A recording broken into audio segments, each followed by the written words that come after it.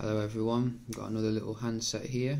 This time it's the Xperia E1, which was recently released by Sony to take on the likes of the Moto G and other lower end handsets. As you can see, it's got quite a nice compact build quality about it. It is a bit thicker than the average device, but it feels quite comfortable in the hand. There's no creakiness or poor build quality for saying you can pick it up for about £80. So they've done quite a decent job with the feel of the device. It's 4 inches going across with these volume rockers on the side and the power button. No camera shutter button though. I think this phone is more emphasised towards music lovers. As you can see, it's got the Walkman logo here. On the back you've got a removable back cover where you can put a micro SD into it to expand up to 32 GB storage. It's also got a 3.2 megapixel camera which takes decent shots, nothing spectacular. But the shots that I have taken with it seem to be nearly as good as the Moto G's. It also films in WVGA, so no 720p, but hey, it'll do the job. It's got these speaker grills as well, so this will enable sound to come out a little bit better. It's got quite, as I said, got quite a nice feel about it.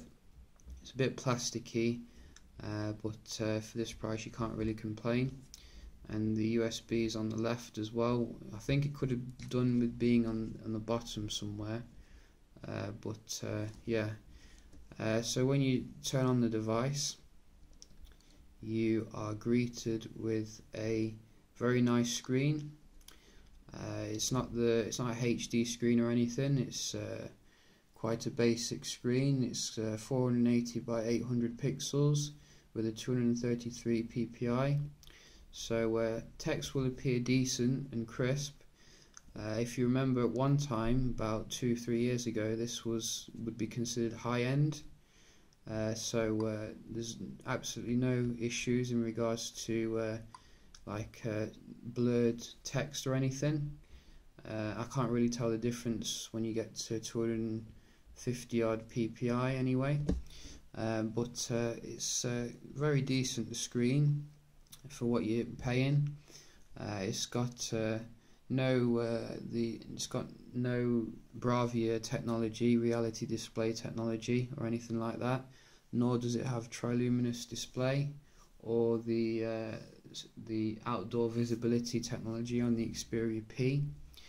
So outdoors the screen will degrade a bit, and also viewing angles aren't the best, kind of like the Xperia Z1 as well as the Xperia SP. However, I would say it's better than the Xperia SP because the Xperia SP has probably the worst display for washing out when you look at it from the sides.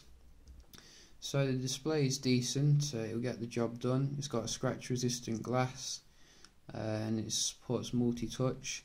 It's quite sensitive as well, so no issues with sensitivity. In regards to the specifications, it runs a dual-core 1.2 GHz processor, which is an A7 architecture, so not blindingly fast specs, but the processor definitely does the job to keep up with things. The only thing that may hold it back a little bit is it's got 512 megabytes of RAM, which means that if you're doing like multiple things at the same time, it can slow the device down a little bit. But with most things, such as using the maps, etc., I haven't noticed any problems associated with the low RAM. It seems to handle things quite good. There is a bit of lag here and there, but I don't think most people will notice that. Web browsing is also quite smooth on the device. I'll just show you.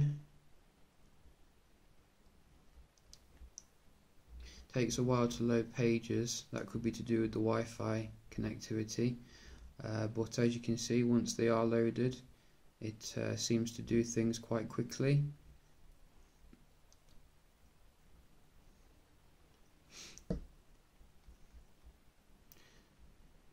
It also switches over to landscape mode quite quickly as well, which I like. For a smaller screen this can be quite useful, and because it's quite thick, it feels a lot better looking at web pages in landscape. So yeah, the processor definitely does the job. The graphics processor, I think, is an Adreno 3.303 or 302, one of the two, but it does the job. Like for basic games, it won't play the latest games like Asphalt, etc., but for your Angry Birds and things like that, you can't go wrong with it. It does have a very low amount of internal storage built in. It's only got 4 gigs of ROM, so you might find the device will fill up quite quickly with apps. So it's best to just install what you use most of the time.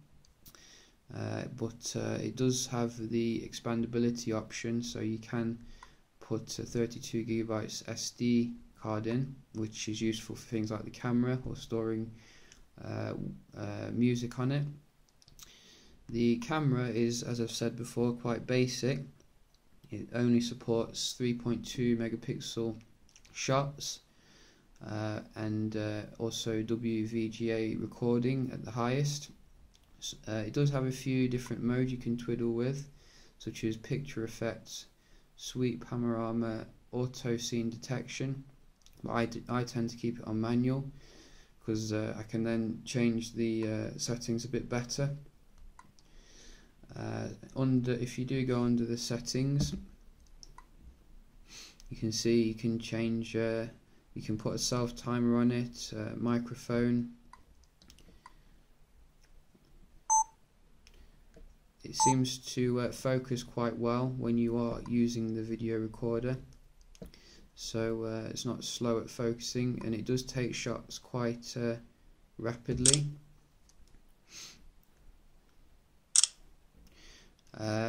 It does support HDR as well, so that's useful for when you're taking still pictures. It does have image stabilization and some other stuff which you wouldn't expect on a low-end phone, so definitely more options than the Moto G, and I will upload an example of the video recording soon. So not bad camera then for this caliber of device. It supports most connectivity, such as Bluetooth. It supports HSPA as well, so fast data transfer. It supports, I think it supports NFC, but I could be wrong. Let me have a look.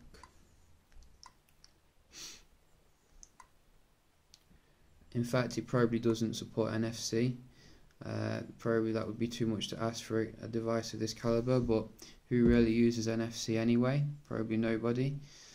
So it doesn't have NFC, unfortunately, but it doesn't obviously have 4G or LTE, but it does have the basic things that you need, such as Wi-Fi, latest version of Bluetooth. So you are good in terms of connectivity.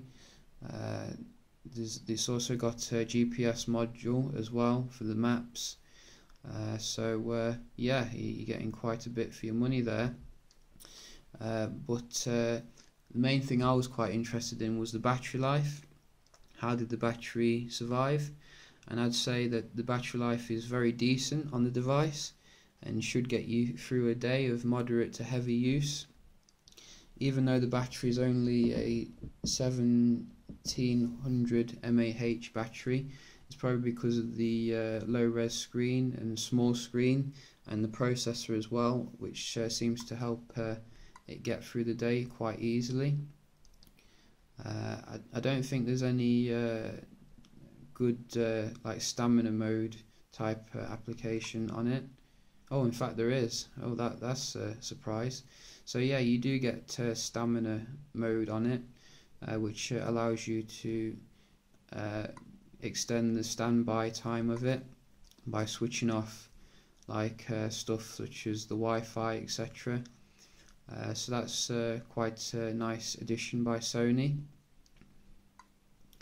So yeah, I think all in all this is excellent value smartphone for saying that it's so cheap.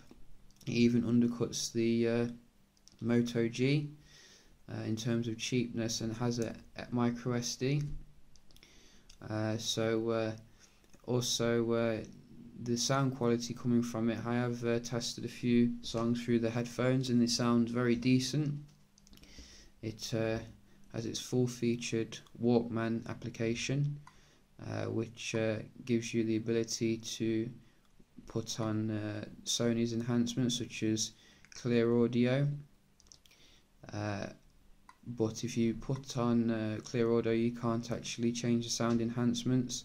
So under the sound enhancements you've got surround sound, where you can make it sound like you're in a studio or a club. You've got clear stereo, clear phase, X loud, etc. So quite a lot of settings to fiddle with for the sound, and you've got your equalizer as well. Give you a little sample of how sound does actually sound.